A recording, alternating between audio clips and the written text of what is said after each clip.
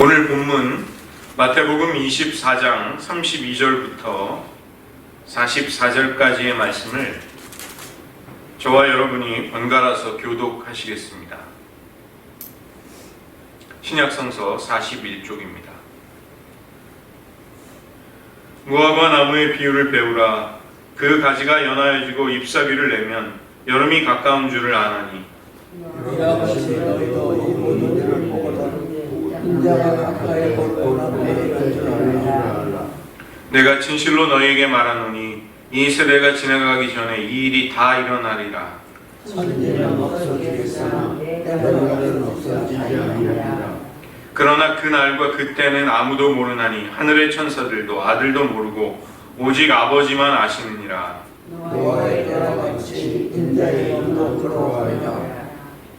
홍수전에 노아가 방주에 들어가던 날까지 사람들이 먹고 마시고 장가들고 시집가고 있으면서 홍수가 나서 그의 가을을 하지 깨닫지 못하였으니 인자의 영도 이와 같이 그때 두 사람이 밭에 있음에 한 사람은 데려가고 한 사람은 버려둠을 당할 것이요 두 여자가 맹을 갈고 있으니 하나는 데려감을 당하고 하나는 버려둠을 당할 것이니라. 그러므로 깨어있으라. 어느 날에 너희 주가 임하는지 너희가 알지 못함이니라.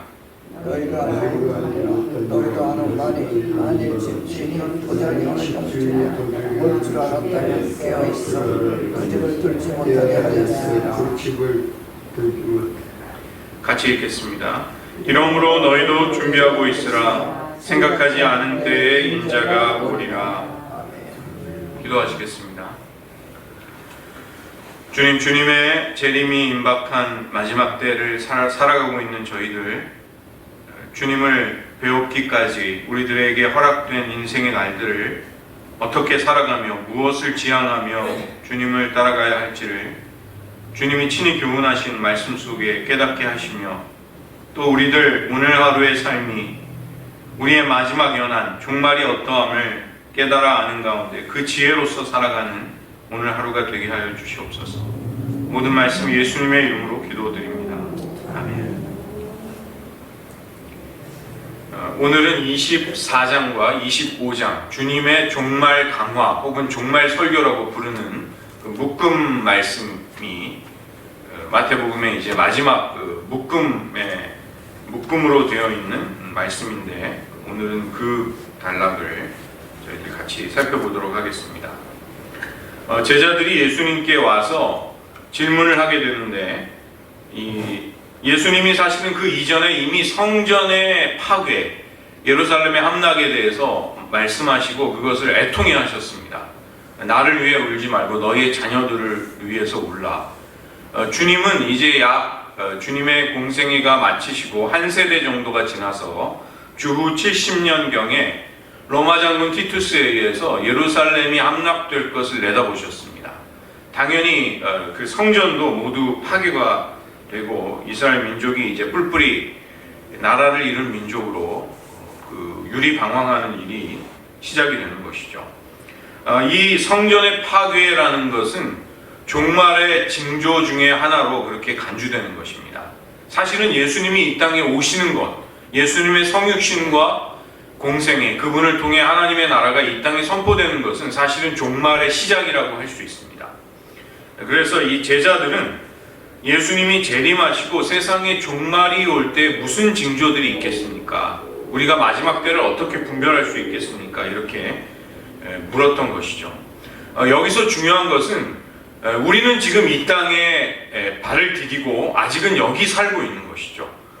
주님이 오실 날은 이제 오실 때까지, 그러니까 주님의 초림으로부터 주님의 재림 사이에 우리들의 삶이 여기 놓여 있다는 것입니다. 그래서 문제는 지금 우리가 여기서 하나님이 주신 삶의 자리와 소명을 가지고 어떻게 살아야 하는가. 그런데 문제는 종말을 눈앞에 두고 있는 것이죠.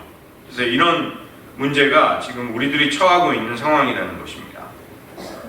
여러 가지 징조들이 있겠는데 이것은 재난의 시작이다. 이것은 마치 그 여인이 산통, 이제 아이를 낳는 산고를 겪을 때 그 진통이 시작되는 것과 같다. 그것 자체가 재난은 아니다. 재난의 시작을 알리는 징조다. 이렇게 말씀하고 계십니다. 중요한 몇 가지 특징들은 적그리스도와 거짓 선지자들이 출현해서 그들은 놀랍게도 기적과 이사를 베풀면서 믿지 않는 사람들을 미혹하는 것은 당연한 것이고 택하신 자들까지도 미혹하는 일들이 마지막 때에는 일어나게 된다.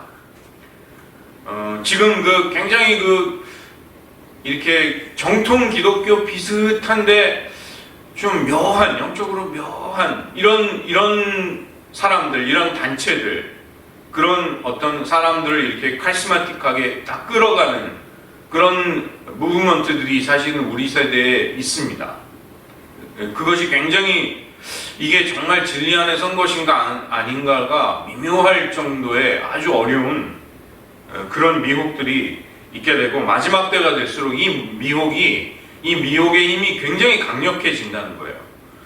문선명이 죽기 전에 살아있을 당시에 탈세로 뉴욕의 교도소에 수감이 됐는데 그 간수들이 전부 통일교로 개종했습니다.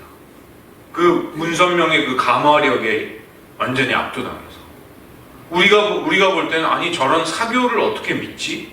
그런데 미국 사람들이, 미국 간수들이 문선명에게, 그 다음에 한국에도 통일교수협의회라고 대학 교수들한테 돈 뿌리고, 그 다음에 대학생들 원리 강로, 원리 연구회, 이런 것이 제가 대학 다닐 때 대학마다 서클로 있었어요. 그 지성인들이 다 넘어갑니다. 거기. 피가름의 교리, 말도 안 되는 그런 끔찍한 교리들을 진실이라고 믿습니다. 전 세계에서 수만 명이 와서 합동 결혼식을 합니다. 그건 그냥 이벤트를 하는 게 아니라 그 피가름의 교리에 자기들이 연결이 돼서 구원을 받겠다고 합동 결혼식을 하는 거예요. 난리와 난리의 소문이 있고 전쟁과 기근과 지진이 민족을, 나라가 나라를 치는 일들이 일어납니다. 지금 또 5차 중동 전쟁이 임박했다고 하고 있죠. 이란이 지금 이스라엘을 본격적으로 치겠다고 하고 있고, 미국의 함대가 밑에 있던 함대가 이제 미사일 방어망을 가지고 막으려고 홍해 앞까지 바다 위로 올라와 있습니다. 지금 일촉즉발의 상황이에요. 이제 미사일을 날리기 시작하고 이스라엘의 전투기가 이제 공습하러 가면 전쟁이 또 벌어지는 것이죠. 한반도도 사실은 어떤 긴장 속에서 양안의 문제, 대만과 중국의 싸움에 우리는 끌려 들어갈 수밖에 없습니다. 선택의 여지가 없어요. 한국은 지정학적인 위치가. 그 다음에 성도들에게 많은 환란이 있게 됩니다.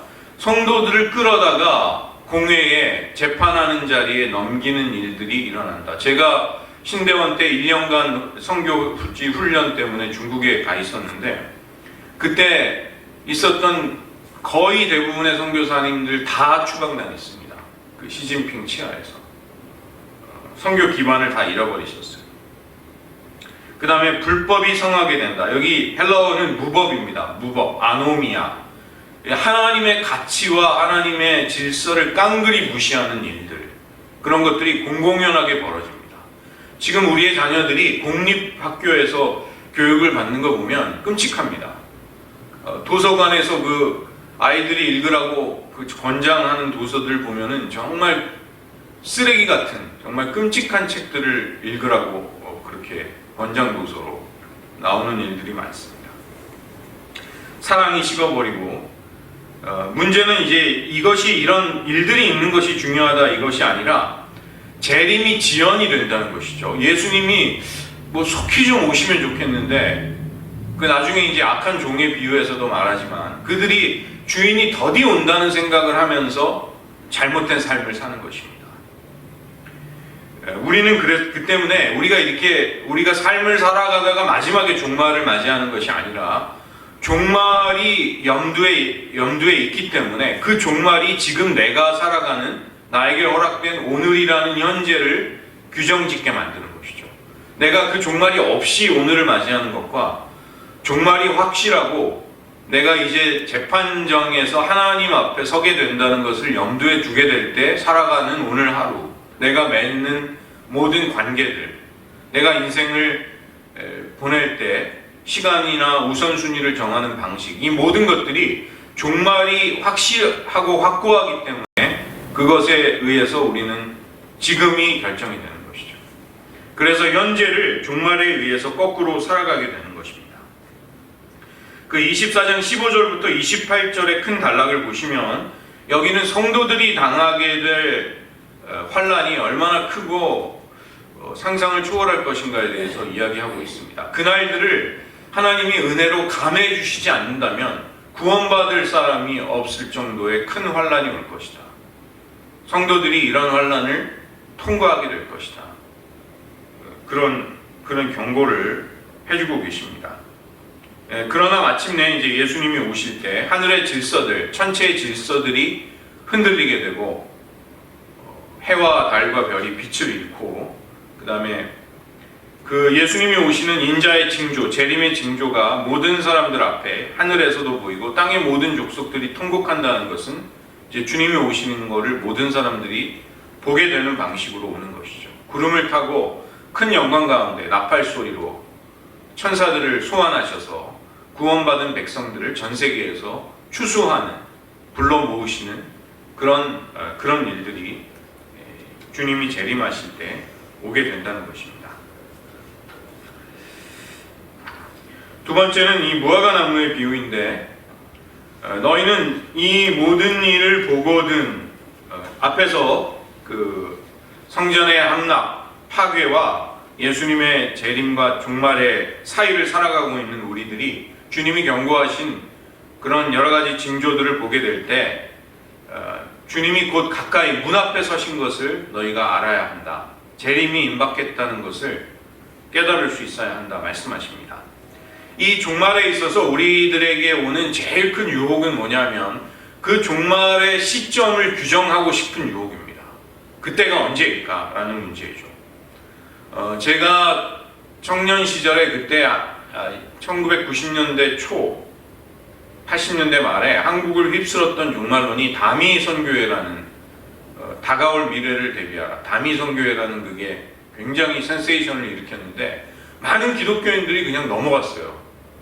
거기에 진군이라는 성락교회 김기동 목사 지금 이단으로 굉장히 문제를 일으키고 뭐 구속이 됐죠. 근데 거기에 있었던 거기에 17살짜리 진군이라는 직통 계시를 받는 소년이 있었는데 이제 그 소년을 통해서 하나님의 직통 계시가 온다는 사람들이 모였습니다. 그리고 그걸 주도했던 지도자 중에 한 사람이 이장림 목사라고 천명의 말씀사 번역위원을 했던 분이에요. 장로교 쪽의 목사였어요. 그러니까 거기에 이제 미혹이 됐었던 거죠. 그러나 주님은 그날과 그때를 아무도 모르고 아버지만 아신다. 그 때를 자꾸 언제인지를 규정하려는 유혹에 빠져서는 안 된다. 그것은 사실은 불순종하는 마음 그리고 하나님의 진리를 이해하지 못하는 가운데 그 건강하지 못한 유혹에 이제 휩싸여서 그렇게 되는 것이죠. 그 다미 선교회가 예언했던 날짜가 공수표로 날아갔습니다. 모든 거 다 정리하고 재산 정리하고 거기서 종말을 맞이한다는 광신도들에게 얼마나 뻘쭘했을까요? 그 재림의 날짜가 오보가 났을 때. 도리어 우리에게 요구되는 것은 24장 42절에 깨어있으라는 것과 44절에 준비해야 한다. 주님의 재림을 어떤 형태로든 준비해야 한다. 대비해야 한다. 그 다음에 깨어있어야 한다. 이 두 가지가 가장 중요한 것입니다. 그 때문에 그러면 당연히 어떻게 해야 깨어있는 것이고 주님의 재림을 준비하는 것입니까? 그래서 예수님이 청지기의 비유, 또 슬기롭고 지혜로 어리석은 그 처녀들, 10처녀의 비유, 달란트의 비유, 양과 염소의 비유를 비롯한 이 많은 종말에 관한 강화, 설교의 말씀들을 통해서, 비유를 통해서 우리에게 어떻게 종말을 대비해야 하는지를 말씀해 주신 것이죠. 청지기의 비유가 이어지는데 지혜 있고 충성된 종과 악한 종의 삶의 방식이 또 삶의 결말이 완전히 다릅니다. 충성되고 지혜 있는 종은 주인이 언젠가는 반드시 오시기 때문에 지금 나에게 맡겨주신 주인집의 사람들을 잘 맡아서 관리하고 그들에게 때를 따라 양식을 공급해야 한다는 자신의 임무를 성실하게 감당을 합니다. 주인이 돌아올 때 그 종이 그렇게 하고 있는 것을 보면 복되다. 모든 소유를 그에게 맡길 것이다. 물론 이것은 1차적으로 이제 지도자들에게, 교회의 지도자들에게 하시는 말씀이지만 뭐 꼭 지도자들만이 아니라 이제 성도들에게 해주시는 교훈인 것이죠. 우리가 건강한 종말 신앙이라는 것은 종말이 왔기 때문에 모든 것을 이렇게 다르게 하는 것이 아니라 하나님의 뜻을 충성스럽게 살아가는 것입니다. 나의 일상이 여전히 하나님을 사랑하는 가운데 그 하나님을 섬기고 이웃을 섬기는 가운데 이루어지는 것이죠. 그러나 악한 종은 주인이 더디 온다는 생각을 하는 것입니다. 이제 여기서부터 이 악한 종의 실패, 그의 생애가 무너지는 원인이 있는 것이죠. 재림의 지연, 주님의 재림이 지연이 되고 있는 상황에서 우리는 어떤 선택을 해야 하는가? 주님이 확실히 온다는 것을 붙들어야만 하는 것이죠. 더디 오는 주인이라고 생각을 할 때 동료들을 구타하고 흥청망청 방탕한 삶을 살게 되면서 언제 돌아오시는지 그 전혀 대비가 되지 않는 삶이 되는 것이죠. 한 가지 특이한 것은 이 악한 종이 외식하는 자의 처벌을 받게 된다. 이 외식한다는 것은 헬라어로 가면을 쓴 자입니다. 가면을 쓴 자. 왜 외식하는 자의 벌에 처하게 될까요? 이 악한 종은 청직이라는 자신의 타이틀과 전혀 다른 이중적인 삶을 사는 것이죠. 그는 사실상 주인을 위해 충성스럽게 사는 종과 같지만 종이 아니라는 것입니다. 그는 외식하는 자에 불과한 것이죠. 우리가 성도로 살아가지만 우리에게 종말을 염두에 둔 신앙이 없게 된다면 우리는 외식하는 삶을 살게 됩니다. 우리는 이중적이고 거짓된 삶을 살게 됩니다. 그러나 하나님 앞에 우리가 반드시 서게 된다는 그 거룩한 두려움, 경외의 심, 이것은 우리에게 전혀 다른 삶을 살아가게 하는 힘이 되는 것이죠. 이어지는 말씀은 열처녀의 비유입니다. 이 처녀들이라고 번역이 되어 있지만 이 처녀들은 신부의 들러리를 말하는 것이죠. 제가 이제 여기 미국에 와서 2세들, 여기서 태어나고 자란 2세들의 결혼식에 교인들을 통해서 아는 사람들을 통해서 몇 번 참석한 적이 있는데 참 부럽더라고요. 결혼식은 진짜 그렇게 해야 된다. 일주일 전부터 이렇게 작은 호텔이나 산장 같은 거를 빌려서 친구들하고 마음껏 결혼하게 된 것을 축하하고 파티를 벌이고 그 다음에 이제 친지들 가족들 모아서 아버지가 또 신부하고 이렇게 같이 춤추고 댄스도 하고 그러니까 굉장한 경축이죠. 경축. 두 젊은이가 만나서 이제 새로운 가정이 탄생이 된다는 것이 얼마나 복된 것을 이제 충분히 경축하는 시간을 넉넉한 여유 속에 가지는데 부럽더라고요. 야, 결혼은 저렇게 해야 되는데 저는 시간 쫓기듯이 막 빌린 장소에서 막 이렇게 했거든요.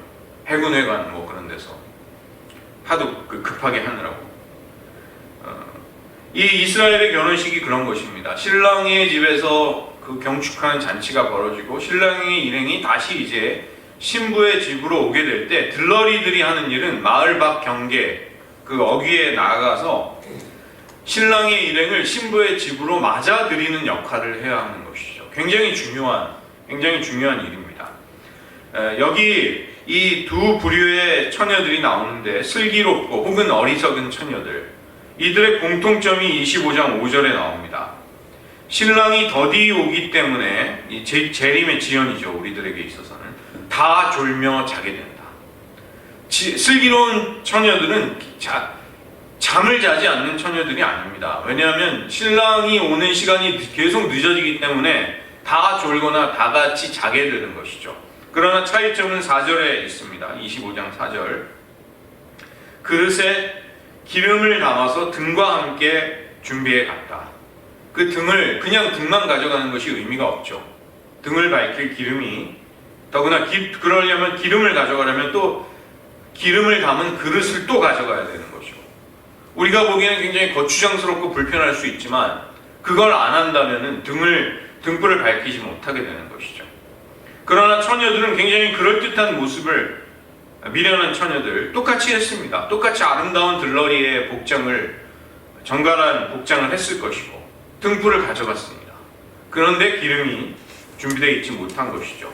10절에 보시면 뒤늦게 기름을 사러간 사이에 혼인잔치에 들어갈 기회의 문이 닫혀버립니다.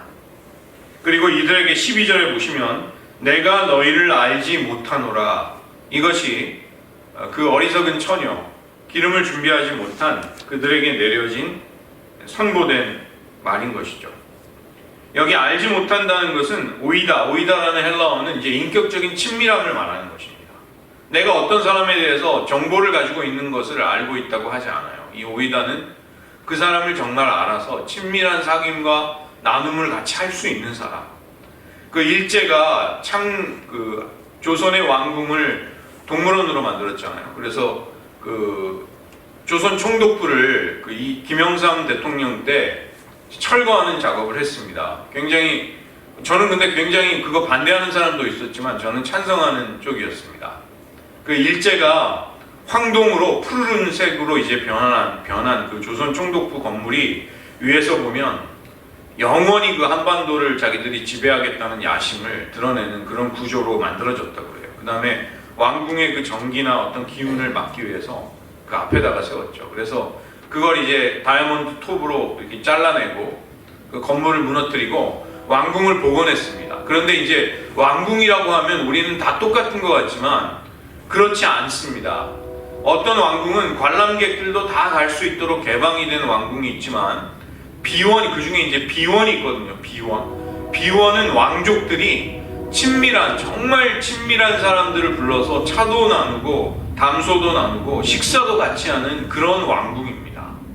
그러니까 거기 들어갈 수 있을 정도라야 진짜 내가 그 왕족하고 친한 사람이 되는 거예요. 그냥 그 조선의 왕궁의 뜰을 밟는다고 해서 관광객처럼 다 갈 수 있죠.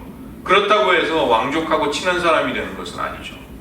우리가 주님과 친밀한 관계를 나눈다는 것은 그분의 식탁에 초대를 받는 정도의 관계까지 되는 것입니다. 그래서 이름을 부르고 우정을 나누고 그 친밀하고 내밀한 관계 속에 초청을 받을 수 있을 정도, 그것이 주님이 우리를 알고 우리가 주님을 아는 관계가 되는 것이죠.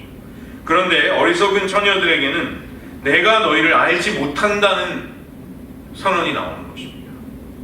고린도전서 8장 3절에도 사도 바울은 또 누구든지 하나님을 사랑하면 그 사람은 하나님도 알아주시느니라.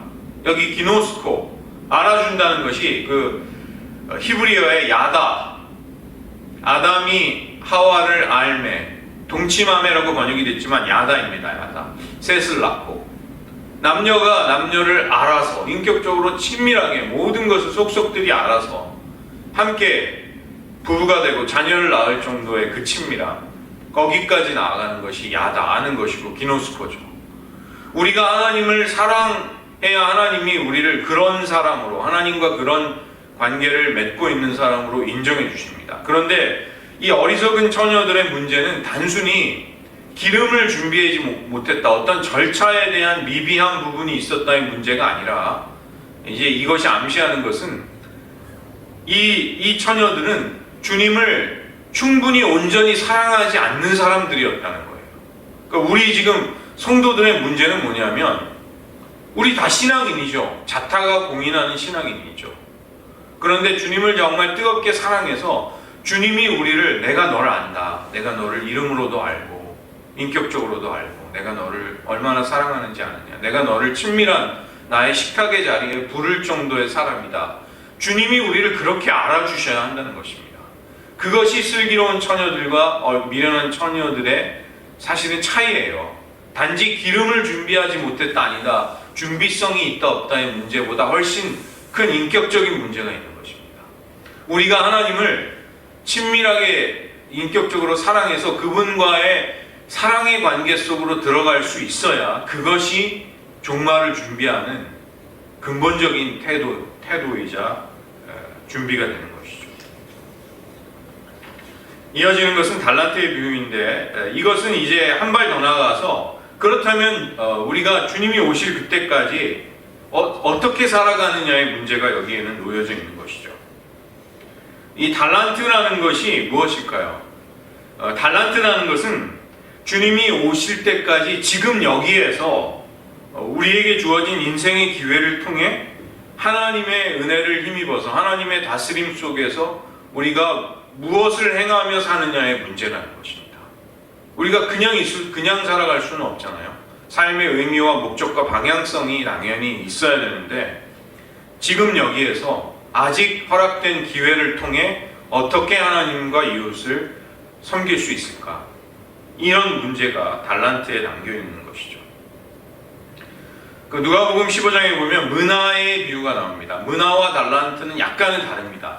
달란트는 엄청난 가치를 가진, 그래서 달란트가 5달란트, 3달란트, 2달란트, 1달란트 처음부터 차별적으로 주어져요. 뭐라고? 그거는 그냥 하나님의 뜻대로 주시는 것입니다. 그 다음에 달란트를 통해서 주어지는 보상도 똑같아요. 내가 충성하였으니 주인의 많은 즐거움에 참여할지로다. 그런데 문화는 각 사람에게 한 문화씩, 달란트는 금이고 문화는 은으로 된 동전이에요. 그래서 문화의 경우에는 각 사람에게 한 문화씩 주어집니다. 그 다음에 보상이 그가 얼마나 일했느냐만큼의 비례로 주어집니다. 내가 한 문화를 가지고 만약에 5문화를 남기면 너는 5고을을 다스려라. 10문화를 남기면 10고을을 다스려라. 이렇게 차별적인 보상이 비례적으로 주어집니다.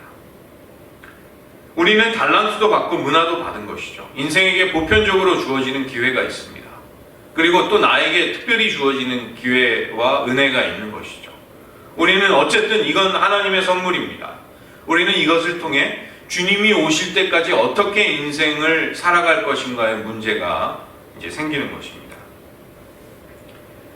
그래서 충성스럽게 이제 주신 것으로 남기는 사람들에게는 주인의 즐거움에 참여하는 기쁨이 주어지게 되고, 이제 그렇지 않은 자는 버림을 받는데 25장 24절과 25절에 보면 이 버림을 받게 되는 어리석은 1달란트를 받은 사람의 심각한 문제가 나옵니다. 주인의 성품을 오해한다는 것입니다. 주인은 아주 완고하고 굳은 사람이다. 날강도 같은 사람이다.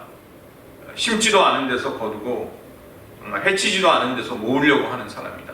이런 생각을 하는 사람인 것이죠. 제가 이제 중국에 1년 있을 때 그 심양의 서탑교회라는 교회가 있었거든요. 그 교회가 중국 조선족들 교회의 어머니 교회, 모교회와 같은 그런 곳입니다. 그런데 이제 그 교회를 섬기는 분이 누구였냐면 오해은이라는 할머니 목사님이셨는데, 문화혁명 때 교화소에 모든 사람들이 교회에서 도망갈 때 이분이 교회를 지켰어요.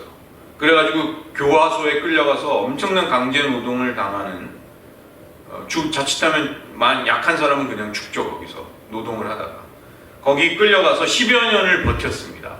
그리고 이제 개혁 개방의 물결이 다시 중국에 돌아왔을 때 이분이 다시 돌아와서 교회를 재건했어요. 그게 심양 서탑교회라는 교회입니다. 그래서 그 교회를 통해서 많은 조선족들이 신앙생활을 하고 이제 자기들의 자치적인 교회를, 이제 여러 가지 교회들을 세울 수 있었죠. 무슨 얘기냐면 이 무슨 화려한 은사가 있었겠습니까? 이분이 무슨 교회 지도자들이 가정교회 지도자를 보면 신학교육을 받지 못했어요. 그래서 그런 것도 있습니다. 어떤 처녀 집사가 우리가 볼 때는 정말 지금 우리 같이 이렇게 모든 시스템이나 이런 게 잘 갖춰진 데서는 상상할 수 없죠. 어떤 처녀 종교 지도자가 이제 지하교회의 지도자였는데, 이렇게 성찬을 베풀고 예배를 집례할 때 많은 성도들이 와서 이렇게 해요.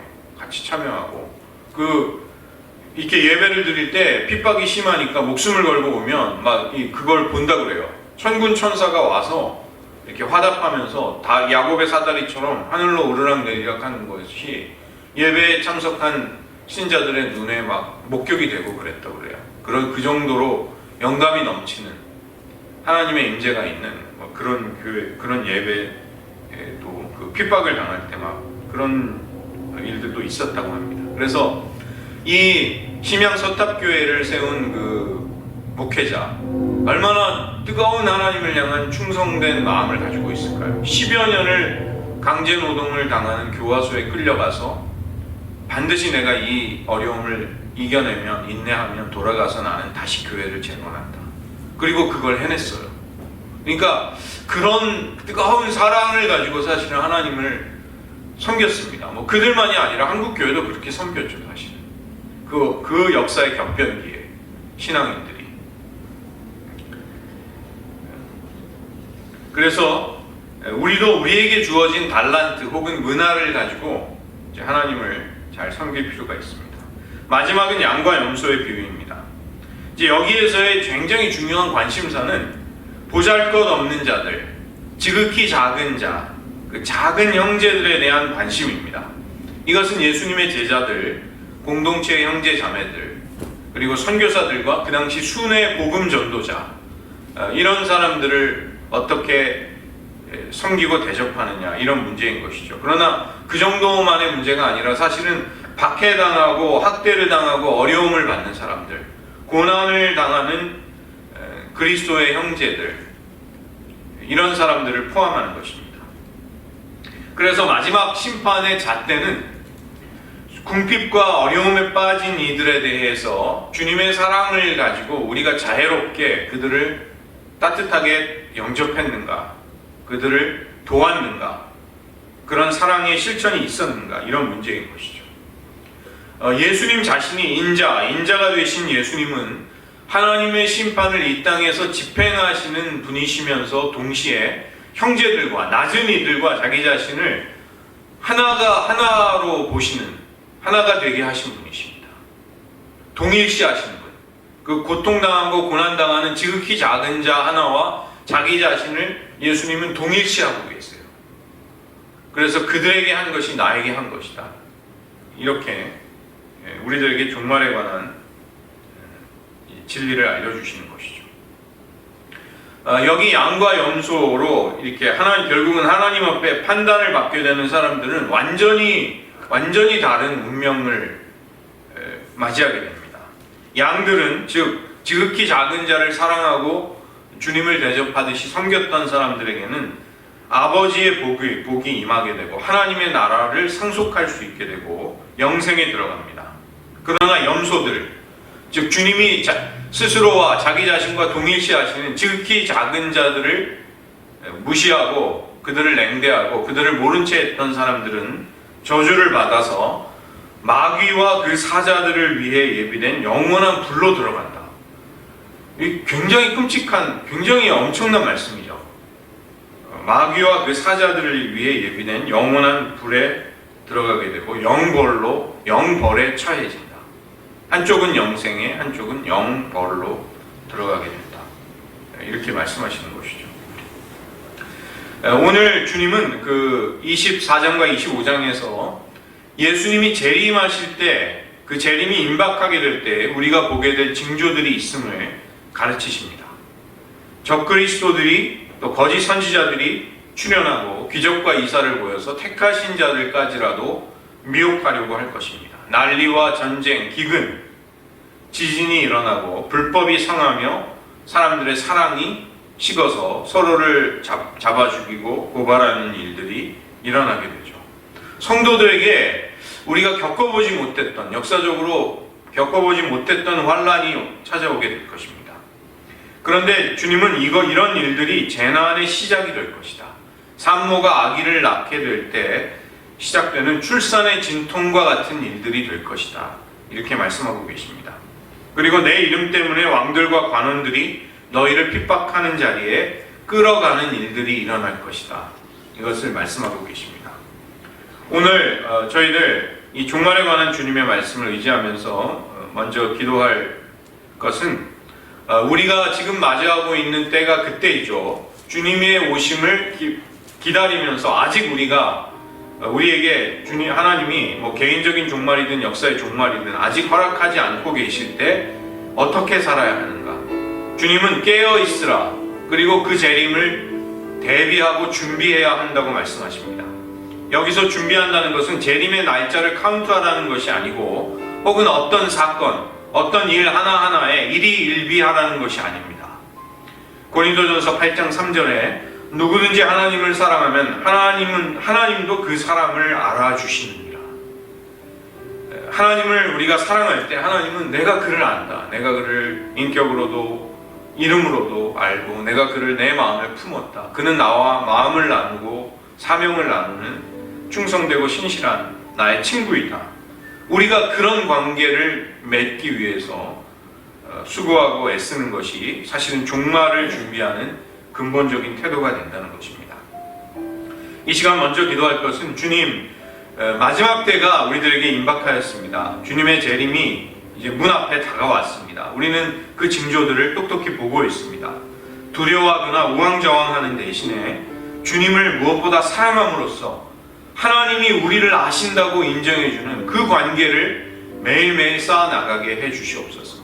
우리의 일상이 허둥대고 종말 때문에 두려워하는 혼란에 빠진 삶이 아니라 차분하게 주님을 사랑함으로써 하나님과 이웃을 섬기는 일상, 그리고 무엇보다 하나님이 우리를 내밀하고 친밀한 사랑의 관계 속으로 식탁의 자리에까지 우리를 불러주실 수 있는 그런 하나님의 자녀로 살아가게 하여 주시옵소서. 종말을 위해 깨어있고 준비하는 삶이 되게 하소서. 기도하시겠습니다. 하나님 아버지, 저희들은 주님의 종말을 설교 속에서 깨어있으며 준비하는 말씀을, 당부의 말씀을 듣습니다.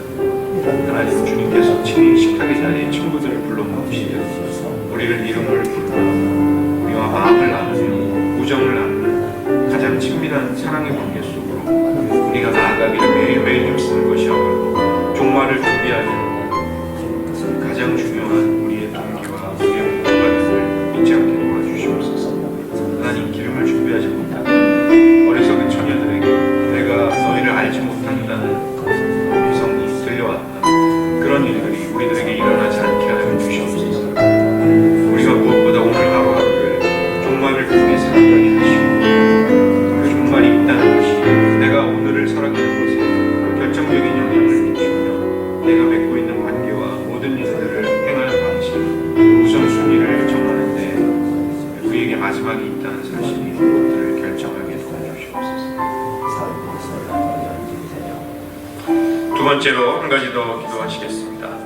주님은 여러 비유들을 통해서 인자 되신 주님의 재림을 어떻게 준비하며 깨어 있어야 하는지, 건전한 종말의 신앙을 가지고 산다는 것이 무엇인지를 가르쳐 주십니다. 하나님이 우리에게 각자에게 주신 달란트와 문화가 있습니다. 이것을 땅에 묻어서는 안 된다는 것입니다.